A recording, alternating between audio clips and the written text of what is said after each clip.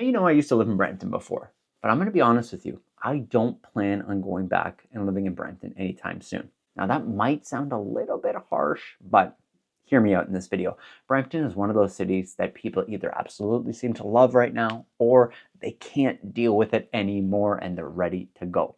So if you're thinking about moving here, or you're comparing Brampton to maybe some of the other surrounding cities like the Mississaugas, the Vaughns, or the Miltons, you need to know both sides of the story.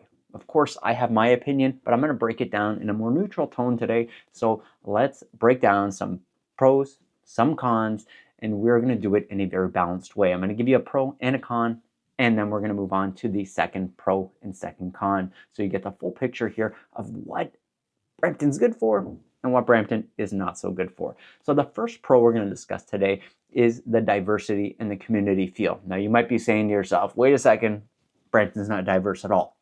But hear me out. I grew up in Brampton, and Brampton has significantly changed since I grew up there. That is a fact. And when I say it's diverse, over 70% of the people in Brampton are from a visible minority background, which means that you can walk downtown Brampton, you can walk down any Brampton street and hear different languages. You can hear Punjabi, you can hear Portuguese, you can hear Tagalog, Tamil.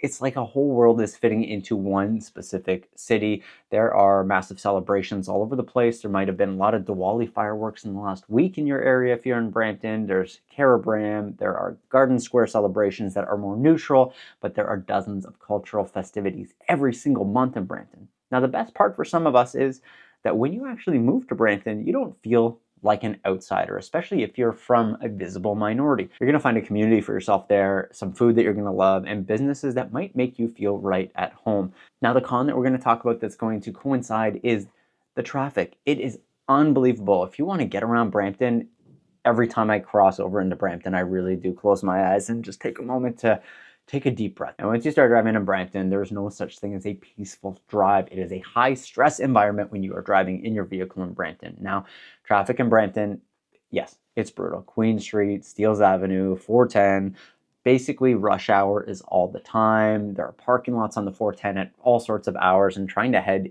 east on Queen Street between Main and Bramley Road at 5 p.m., it's going to take you 20 to 30 minutes even just to move a few blocks in some cases, which you might think is insane for a suburb.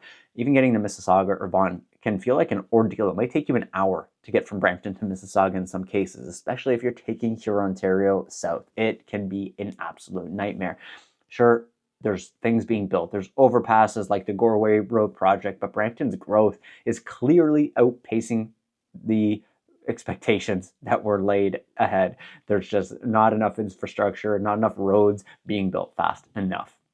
The pro that we're going to talk about next, the second pro, is the location and the access to Toronto. Although it might take you a long time to get there, you are very, very close to Toronto. You have great highway access. 410 will take you right to the 401, 427, and you're on your way. You're about 40 kilometers from downtown Toronto, with the GO trains being accessible all over Brampton, downtown Brampton. We have Zoom buses here, and that can connect you across GTA to different cities. Now, if you work in the city but want more space for your money, Brampton right now sits in that sweet spot. Prices have come down significantly, and it's going to give you some suburban feel with the urban access that you might be looking for. Now, the con here, the second con, is the cost of living. But here's the catch. More space for your money, yes, but that's actually starting to shrink. The average Canadian detached home here is still over $1 million. It's still not cheap. Rent for a 2-bedroom right now apartment is going to run you between $2,200 and $2,500 a month. And let's just talk about that car insurance. Driving is insane, and the car insurance is even more insane. The insurance premiums that you have as a Brampton resident are unacceptable. They're the highest in the country. We're talking $7,000 a year for some people, which is just unfathomable. So yeah, Brampton, it might be the suburbs, but it's not cheap anymore when you add all of the other things in together. Now, the third pro we're going to talk about is the parks, the green space, the outdoor life living in Brampton, and it's surprisingly very, very good. It's genuinely one of the things that I missed about Brampton.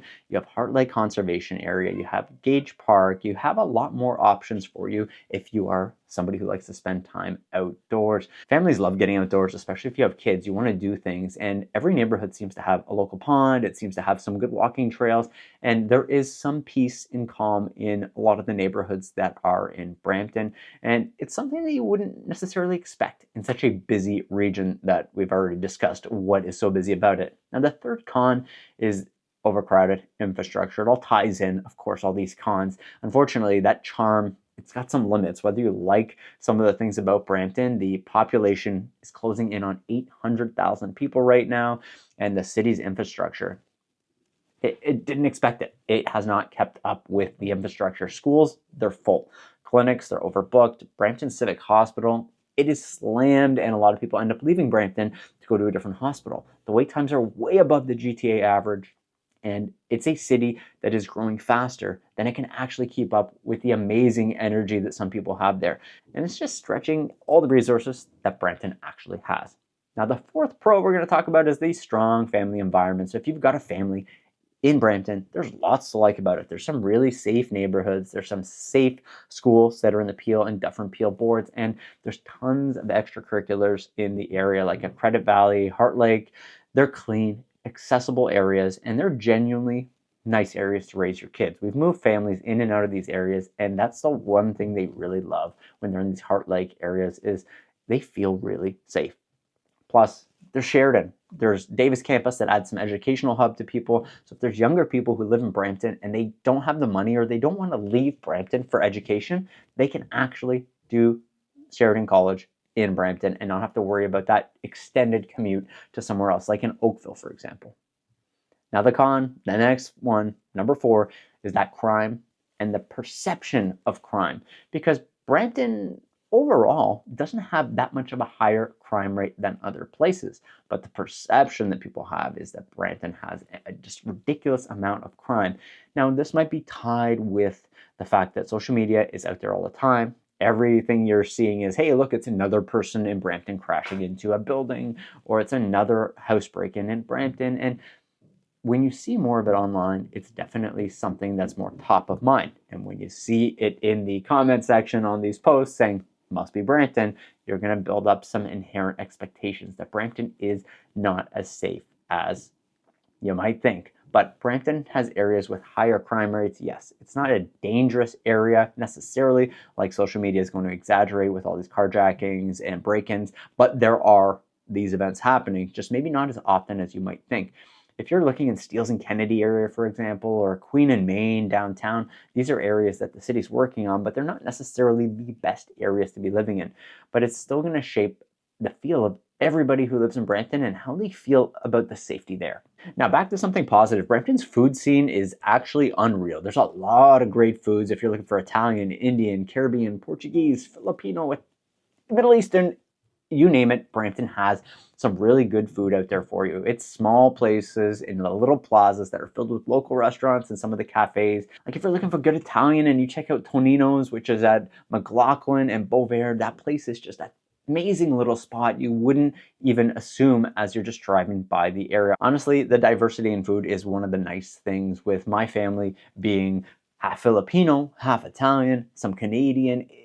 It's really nice to have all the different options that are out there, and representing all these areas is one thing that Brampton does right on the food side of things. Now, if we're talking about a con, if you're into nightlife, there is really none of that in Brampton. When the sun goes down, things get quiet. And apart from downtown events, the Rose Theater does have some of these. There's some bars, some lounges, some nightlife going on. But if you're the type of person, or you and your spouse like to go out and spend the night on the town, concerts, rooftop bars, things like that, comedy shows, you're probably going to end up driving to somewhere else. You're probably not going to stick around in Brampton. It's not a night town necessarily. So ultimately, Brampton offers culture, community, space, but it comes with some serious congestion, some extreme costs, and some growing pains. And if you value diversity, family life, it's a fantastic place to build some roots. But if you're chasing some nightlife, some short commutes, and some polish in the city, then you're probably going to prefer a city like Mississauga or even Vaughan.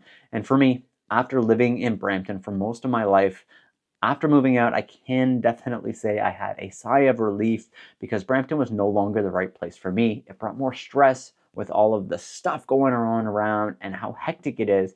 But I want to know in the comment section down below. If you live in Brampton, why do you continue to stay?